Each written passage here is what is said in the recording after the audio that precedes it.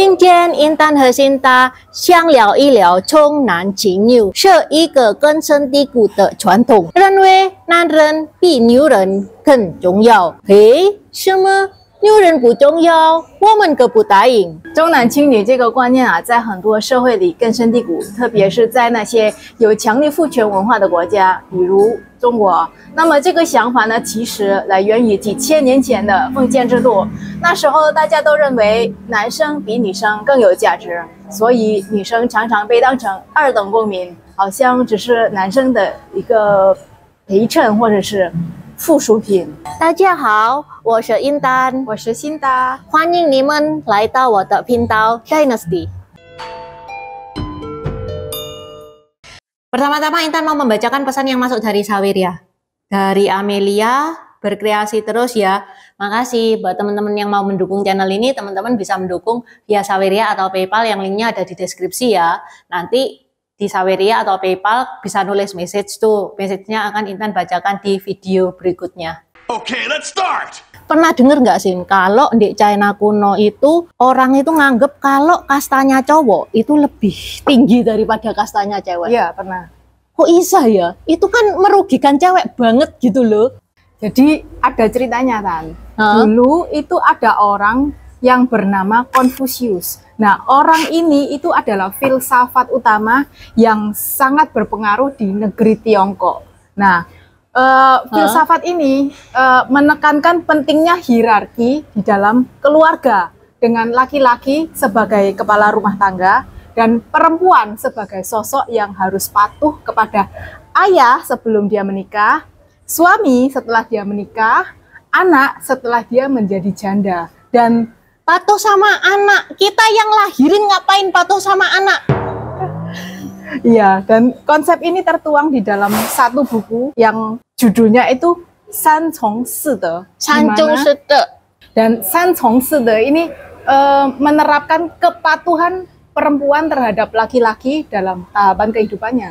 Buat info teman-teman ya, San Cong Si De. San Cong itu 3 ketaatan seperti yang tadi Sinta bilang, taat sama ayah, taat sama suami, asal suaminya itu nggak kayak remote rusak ya, nggak bisa diatur, sama taat sama anak laki-laki. Kita ibu suruh taat sama anak laki-laki, mantap. Itu yang Sancong Sete. Sete itu 4 kebajikan. 4 kebajikan itu yang pertama, cewek harus attitude-nya sopan. Oke, cek. Yang kedua, cewek bicaranya harus lembut. Nah loh, kita cewek Surabaya suruh bicara lembut. Lebih mungkin lihat rapat DPR gak ada yang tidur daripada lihat cewek Surabaya bicara lembut. Para wakil rakyat sibuk main telepon seluler dan tertidur lelap.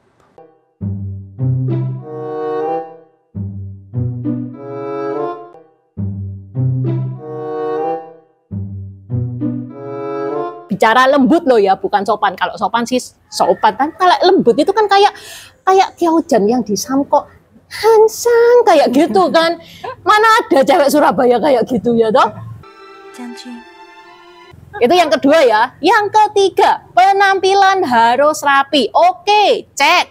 Yang keempat, cewek harus bisa melakukan pekerjaan rumah tangga kayak jahit, masak, nyapu, ngepel. Ya masa sih Intan bisa, asal jangan ditanya rasanya. Tahu nggak, kalau aku masak terus orang tak suruh makan makananku, begitu orang itu makan makananku, orang itu semuanya langsung diem men. Itu entah mereka itu kagum sampai nggak bisa berkata apa-apa atau mereka itu trauma. Selain itu, di dalam sistem ekonomi agrarisnya di Tiongkok sana, anak-anak laki-laki itu tenaganya kan lebih kuat. Maka mereka itu lebih prefer untuk melahirkan anak-anak laki-laki supaya bisa kerja di ladang. Sedangkan anak-anak perempuan itu tenaganya lebih lemah ketimbang anak-anak laki-laki. Jadi mereka merasa anak perempuan ini nggak bisa apa-apa, nggak bisa bantu di ladang. Makanya mereka merasa rugi melahirkan anak-anak perempuan. Rugi? Melahirkan anak perempuan rugi? Mereka itu niat bikin keluarga atau niat bikin startup bisnis?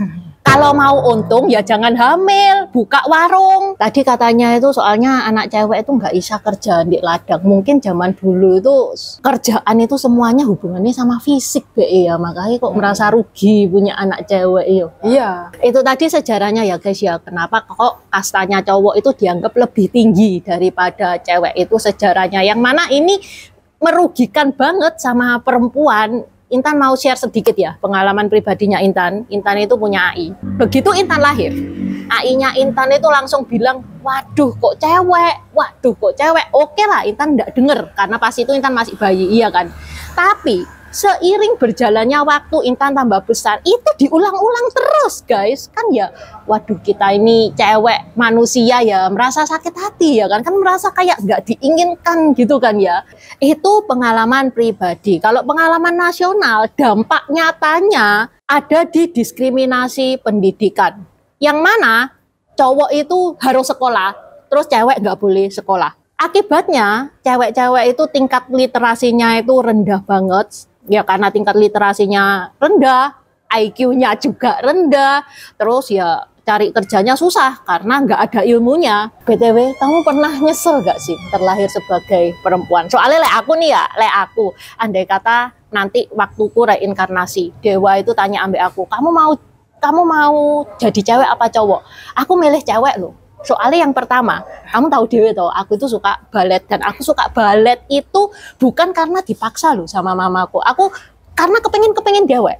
Lah bayang no ya, aku bayang no kalau pada saat itu aku tuh cowok. Terus tiba-tiba aku suka balet kan bakal dibully seluruh dunia gitu loh. Itu yang pertama. Meanwhile, kalau misalkan aku cewek terus ternyata aku suka sepak bola. Itu dunia kayak nganggap, oh ini cewek aneh, nggak sampai ngebully kayak cowok suka balet gitu. Itu aku, kamu piye? Kalau aku lebih mending terlahir sebagai cowok sih. What? Oh yo? Apa? Karena kalau cewek itu menderita sekali. Kamu kalau mens sakit sampai ada yang pingsan. Men sakit. Yo oke sih men sakit, tapi kan ya sakit ya itu ya sakit kayak gitu, lebih sakitan ketika mengetahui fakta atau Mingse lebih memilih Sancai daripada aku. Ya sakitnya ya kan biasa aja. Oke, gitu yang loh. pertama itu. Terus ini maaf ya, ini malam pertama juga sakit. Terus hamil juga sakit. Ada yang sampai muntah-muntah, sampai nggak bisa makan sama sekali. Tapi kalau misalkan hamil sakit, kenapa kok ibu-ibu itu punya anak itu 2, 3 bahkan bisa 10? Kan kalau misalkan tahu sakit 1 aja cukup. Ya itu kan keinginannya cewek. Semua keinginan cewek punya anak 1 aja. Oh, berarti itu keinginannya cowok. Punya anak lebih dari 1. Habis itu melahirkan itu juga sakitnya luar biasa. Itu antara hidup dan mati itu. Terus setelah melahirkan itu masih ada lagi menyusui itu juga sakit. Kamu kalau misalnya ASI nggak bisa keluar ya, bisa bengkak, panas dingin demam nggak bisa apa-apa. Gitu. Terus belum lagi apa lagi ya? Ya itu sih kalau untuk secara nature-nya perempuan itu sakit semua. Jadi hal-hal tersebut itu nggak bisa dirasakan atau ditanggung oleh cowok karena Tuhan itu sudah menciptakan kodratnya seperti itu. Cewek itu lebih kuat daripada cowok. Makanya kan lebih kuat nanggung sakit. Lebih kuat nanggung sakit. Sakitnya yang cewek bisa terima itu nggak bisa diterima sama cowok. Kayak sakitnya melahirkan, sakitnya menstruasi. Itu kan kalau kan ada penelitian yang bikin research gitu. Kalau cowok melahirkan itu rasanya kayak gimana? Bukaan pertama itu nggak ada satu cowok pun yang bisa nahan rasa sakitnya. Jadi cewek itu diciptakan supaya lebih tahan banting ketimbang cowok. Makanya cewek itu kan sebagai penolongnya cowok. Oh ya pantas ya, makanya Chongnan Jinyu itu nggak relevan lagi sekarang. Ya nggak ada dong kalau misalkan kastanya cewek itu di bawahnya cowok, ya nggak ada dong. Sedangkan cewek sudah semenderita itu di sini. Oke, sampai di sini dulu bahasan Intan hari ini. Xie ni kuan kan zaijian. Terima kasih udah nonton channel ini sampai habis. Dukung aku terus berkarya dengan klik subscribe dan bunyikan lonceng di bawah ya guys.